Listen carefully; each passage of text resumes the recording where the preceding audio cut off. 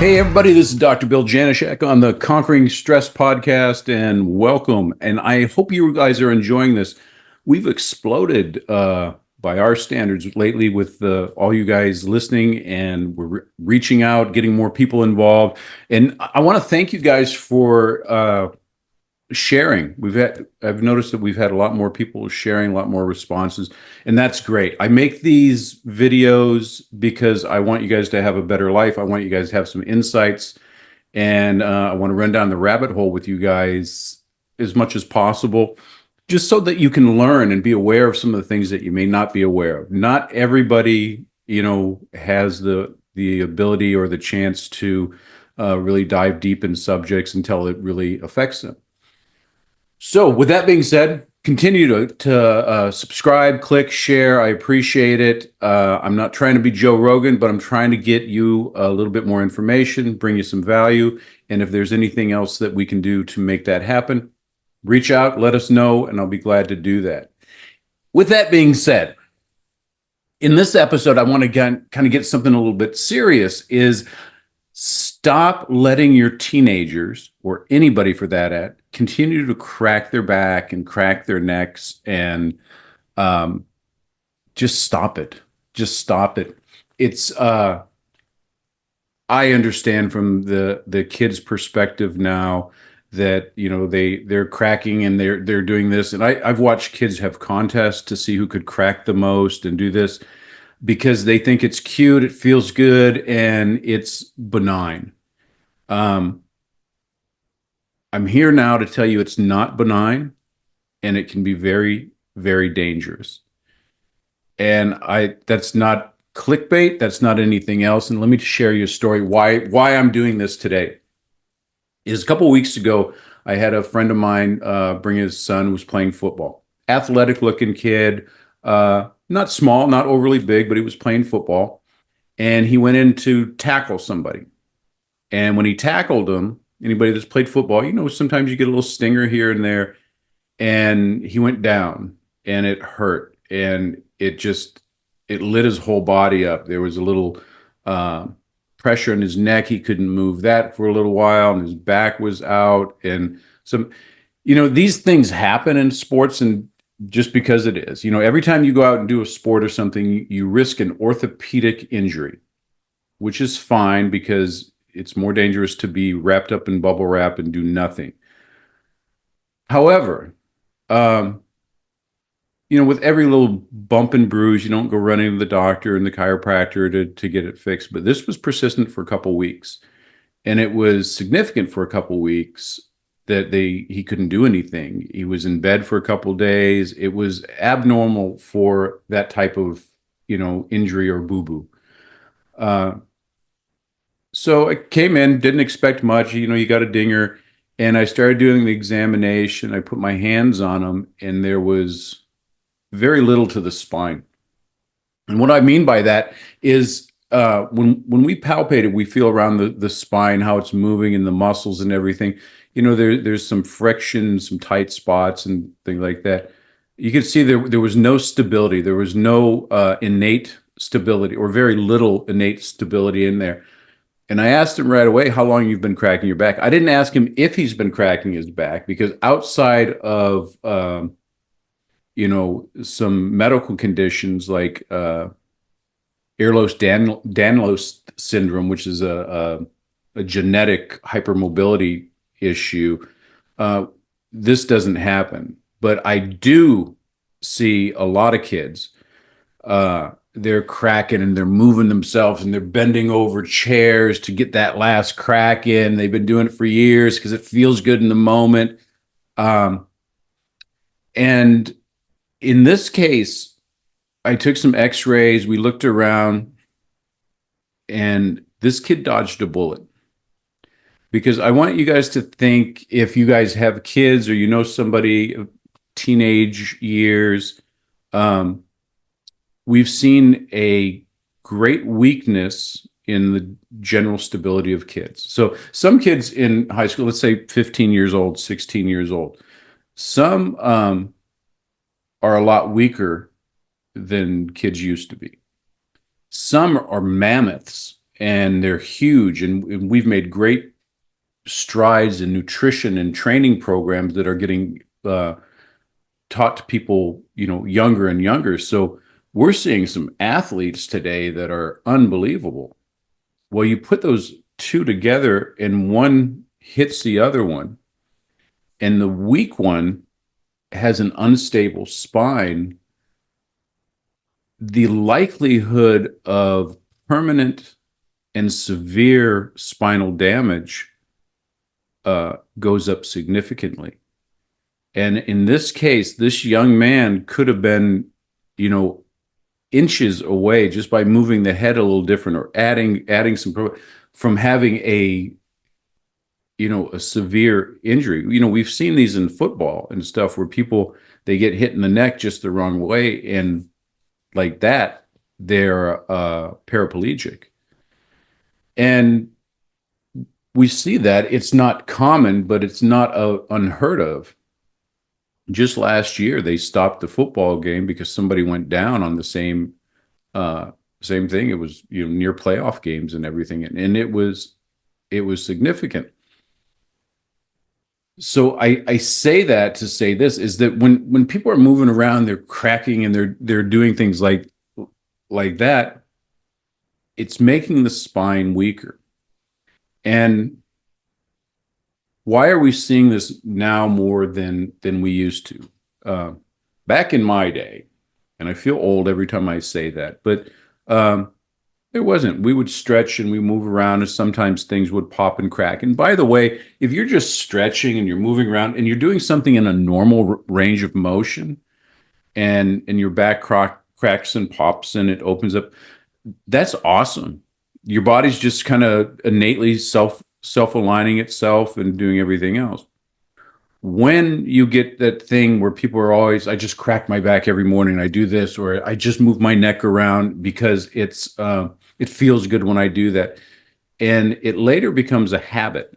And the habit is because there's always an irritant.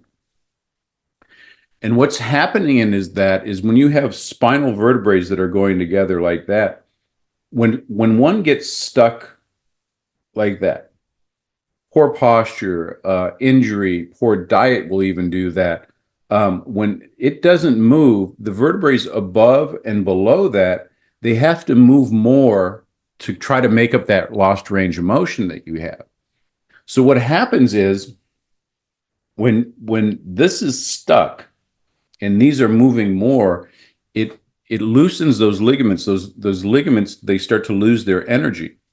And ligaments, for all that you don't know, is ligaments are like duct tape. They're pretty firm. They're a little flexible, but they're mostly firm to keep your body parts and the bones in alignment, so that the muscles can move them within a certain range. And it's very important. That's stability, and that keeps your body compact and moving properly. Well, when this isn't moving and these start moving more and they get loose, your body, in its innate wisdom, will come back over, and those muscles will start to tighten up just a little, because they're trying to do a little bit of the ligaments job at the same time they're doing their job about moving you around throughout your day, or just having you sit up, which is what most people do. Most of us today, we don't move a lot. We're in one place. You're riding a desk all day, or you're standing in one position, or you're sitting in a car or something like that. That still takes muscular activity. So what happens is when this isn't moving and these start moving, those muscles gets tight. It's uncomfortable. It's not painful, but you feel like you got to move, and you start moving like that, and then you move and it pops, and then it feels good, and oh, that's really good. I feel better. So what happens at that point is you go back and you do whatever you're meant to do, and you go about yourself. About 20 minutes later, half hour later, you're tight again. So you pop it again, and it feels good again. It's like taking aspirin. It was like, I hurt now. Oh, pain's gone away. Taking aspirin now. It's this Band-Aid mentality. Well, what people don't realize is that it's a it's a bad system to get into, because when you're just going out and you're not knowing what you're moving and how the vertebrae is stuck and the like, and you just put a general motion, what do you think is going to move easier and quicker? The loose ones that are all loosey goosey, or the ones that are stuck? You know, so most people would say, oh yeah, the easy ones would they move first and they pop and makes those ligaments just a little bit looser. They lose some energy. They don't have the stability. So the muscles tighten up again. So that makes you more uncomfortable. So you crack it again and then you come back and it makes it more. And it's this vicious cycle till eventually what happens is those ligaments become so loose that they don't move. And then you keep going, where's my crack? I mean, you literally become a crack addict. Not a good thing in any context that you have.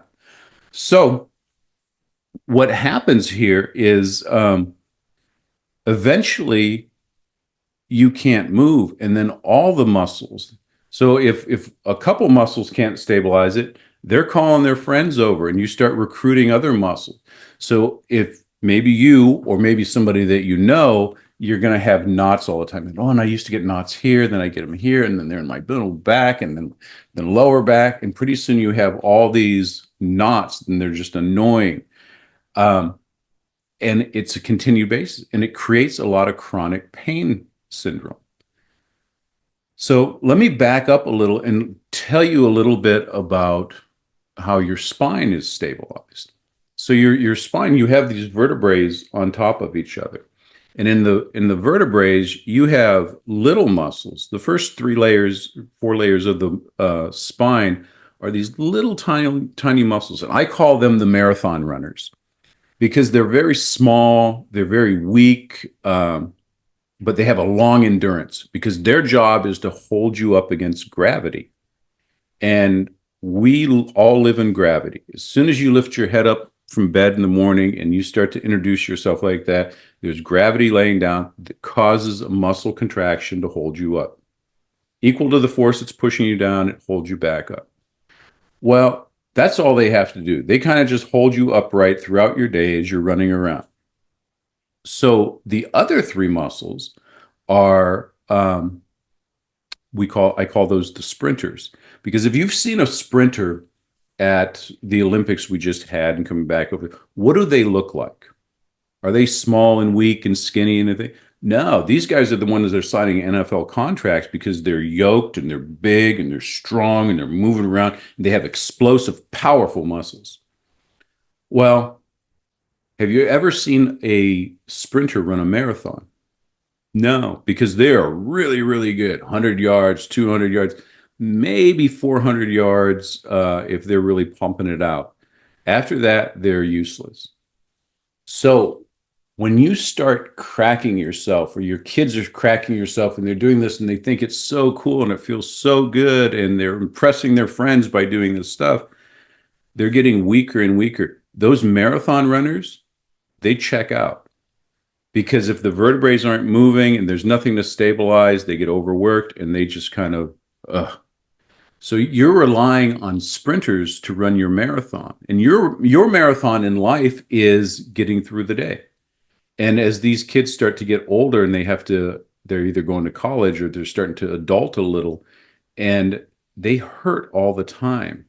And it's not the kind of hurt that you can really manage, because they don't want to rehab anything and they don't really go to the doctor. They're just, oh, I'm just always stiff and sore, and everybody's stiff and sore. So they kind of understand it. So they don't really address it to the levels that they should be, knowing what the long-term implications are of that. So why is this happening anyways? Why, back in the old days, we didn't do this a lot, but we're growing up sedentary in the first place. So we don't move a lot. And even people that go to the gym every day, say that you work out an hour a day and you're just feeling awesome about yourself. Well, a sedentary person actually will move about 3% of their day. And if you think about it, you get up, you walk a little, You sit down and eat. You might, if you still go to work, you drive to work, and then you usually most people will sit into a desk, and then they get up a little while and they walk over to the water cooler. They go pee or they go eat, and then they sit down and eat. And they come back and they sit down back at their desk, and they sit down in their car to get home. And because they haven't moved, they're tired. And I'll do another podcast on why doing nothing makes you tired. Um, and then they get home and then they watch Netflix or they get on their gaming thing and then they go and they lay down. We're not moving a lot as a society. So you take that with somebody that has this exact same lifestyle, except they're super duper and every day they're an hour in the gym and they're getting after it. Well, these guys are working out an hour a day and doing everything else like that. They're awesome because they move 25% more, about 4% of the time. So it's the frequent movement that the kids aren't getting because, we're taking away more and more PE.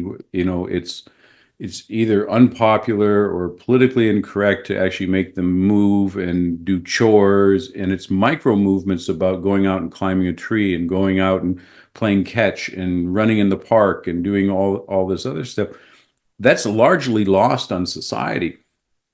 And it's very important to the growing spine because you want them to be in gravity, experiencing lots of different textures, movements, and a variety of stressors on the body because that's how we grow. And they're growing up not getting that at all. And on top of that, the things that what grows muscle is stimulus, but then we have to feed it, right? What are we generally feeding people's food with? Even if you're a conscientious shopper for your kids, you can buy organic whatever, but the soil's so depleted that they're not even getting the nutrients that you assume that they should be getting from the good food you buy. Now, you mentioned teenagers on top of that. Well, now they're sneaking more crap food because it's good, it's sugary, it's like that. And it's these little things. It's the cookies, it's the pixie sticks or whatever else they're having, or I see Takis a lot, and all these brain rotting foods that don't give them their body anything to grow and stabilize their spine with. So with that being said, it's a stressor. We have all these other stressors. They were locked down a few years ago, and tied to their desk, so they're not moving around. And it's important for the stability of the spine. So when we start talking about strength and stability, it's really not sexy. I mean, I hear myself say it, and it sounds like Charlie Brown's teacher. But I'm telling you, it's not benign, and it's something that we can take care of. But just like the guy in the story, he was inches away from possible paraplegic or quadriplegic, and it's just not worth it. And it's it's part my fault or my profession's fault on there because everyone's scrolling TikTok and Instagram and they're watching all these chiropractic cracking videos. Look at how cool this cracking and we get I get bombarded with chiropractic marketers, and they said, we're going to grow your practice and do all this stuff for you, and you just do videos on cracking and it gets people's attention. You get 1 billion likes and doing like that, and it just pisses me off because it degrades what's actually going on. I still get patients in here. Well, I adjust myself. I say, you don't adjust yourself. You don't know. I can't adjust myself. You can't adjust yourself, definitely. But it's the cracking and the noise. And the problem is that it feels good. In the beginning, you stretch around, you get a cavitation or crack out of there. You're going, oh, this is just awesome. I did the same thing the chiropractor did without knowing the background on it and everything. It's just like, oh, you know what? I dissected an animal. I'm a neurosurgeon now. And I just, it drives me crazy because it makes light of something that's very important. And as we start getting on this, um, it becomes really important for the parents to watch out and educate the kids on what's going on and getting them moving and walking and uh, watching their posture. Because I started out talking about a football player that was weak, and then he hits another football players because on the other spectrum nowadays with all the ways that we know with nutrition and training, these guys are huge. So it's like a tricycle hitting a semi, and that tricycle is not going to bode very well. So while that's very important, it can be very devastating. Like I said, the majority of these instability spines are the other kids that they're sitting all day. Their heads are down like this, going over here, scrolling and scrolling, hoping to get a like of doing this like that, or gaming for hours on end where they're just not moving. And it's really affecting their spine, and it starts on those pain points. And it's not just about your musculoskeletal pain, because once it starts getting anything, remember, if you've been watching any of this or listening to any of my podcasts, is it's always about the nervous system. It's not how your spine is doing, your legs are moving. It's about how your brain is moving. And the stronger brain you have, the stronger overall things that you're going to be able to do with your health and your body. And I want you to understand that it's not, oh, well, my back hurts and I just have to deal with the pain. No, it gets worse. And then what happens when the muscles get really tight up? It gives a feedback into that spinal cord where it comes back and it starts sending poor messages to the brain. If you're unable to balance on one foot for 15, 20 seconds without it wobbling all over the place, you have a brain issue. Once you start getting into all this stuff and you start loosening up one ligament, the other one's going to do the same, and you have this weak body. An stable spine and that hypermobility from cracking and moving and poor posture over time is also linked to poor sleep. Ask yourself, can you heal better if you can't sleep? Do you have a great day? Are you in a great mood if you haven't slept really well for days, weeks, months, years, and some people even decades? No, you age faster, you're weaker, you're grumpier, you're not living the best version of yourself, and you're living a very sick version of yourself. There's a link between hypermobility and autoimmunity. Well, how does that happen? Well, if your body's using a lot of energy to get over there trying to stabilize a spine because you're just trying to walk through gravity, it doesn't have a lot of energy over there to have an efficient immune system.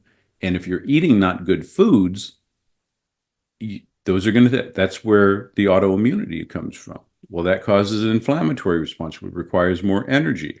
Do you feel like running a marathon or going out and playing with people and hanging out with your buddies if you don't have the energies to get out of bed? It can be related to chronic fatigue, depression, anxiety, a bunch of the stuff that we're seeing I'm seeing more depression and anxiety in my practice than I've ever have, and they're in younger and younger people.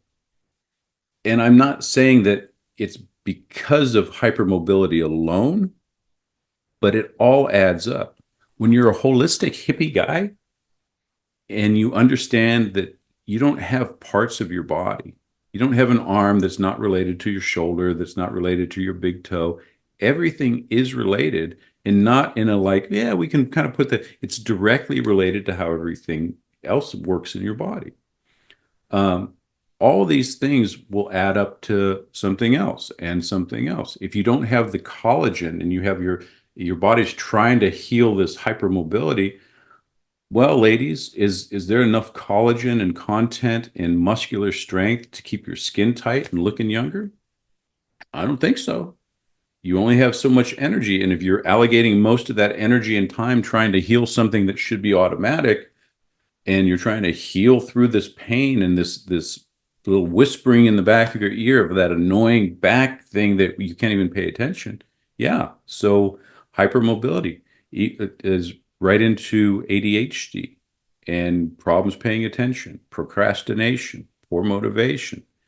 And once you're moving properly and you're doing some things, it's a game changer for your life. So what are a few things that you can do? One of the things that you do is don't go to chiropractor, or you go to a chiropractor that kind of understands the condition.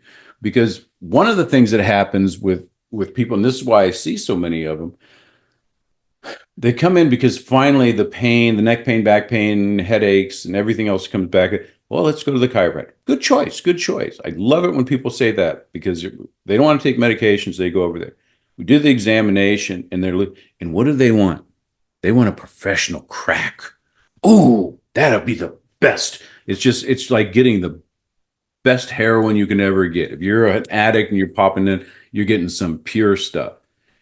And as a doctor, you go, oh, well, there's the pathology. I can't touch that. And they're going, dude, it really hurts right here. Crack here. This is the cracking it needs. I know because I've been cracking it for years and it always feels better. Bro, dude, you do not add fuel onto a fire, and you have to go and stabilize the spine or the area that's weak and loose. You've also really got to go in and get some. You've got to detox yourself on that. And I'm not just talking about detoxing you know, the act of cracking yourself. Definitely, you've got to quit doing that to yourself. But what happens when you have all these muscle metabolites? It's like a little lactic acid, like the burn when you work out. You get that in a low grade that's always leaking out. Think of it like if you had the plumbing, all the plumbing joints in your whole house were just leaking a little, and they start causing water damage, and they start stinking and mold. It's the same thing happens in your body. If you're leaking out all these metabolites and you don't move enough, you don't sweat enough, you don't breathe enough to get these things out, they have to accumulate through the liver. The liver gets backed up. That's your detox organ. And then that can cause inflame. You can get something called autotoxicity from issues with your liver and your colon. So that adds to more problems that's going on there. But we've got to do a detox and start looking at yourself, and we've got to start eating some pure food. Really be diligent with your food. I do recommend a meat-based diet with this because don't buy, and I'm not talking about the crappy farm prison food lots that we're talking about, or the thing that made what the health famous, nice propaganda campaign. Uh, but getting some really good grass-fed meat, some elk, some bison, something like that. It's really high in a lot of nutrients, and it's really high in choline. And choline is one thing; it makes your neurotransmitters, but it helps build up the muscle and the connective tissues that are really important. Organ meats are really good if you can figure out how to eat those. They're not the most delectable things in the world, but you can get them as supplements as well. Probably one of the best superfoods when they're done from the right sources to get all your vitamins and minerals and everything else.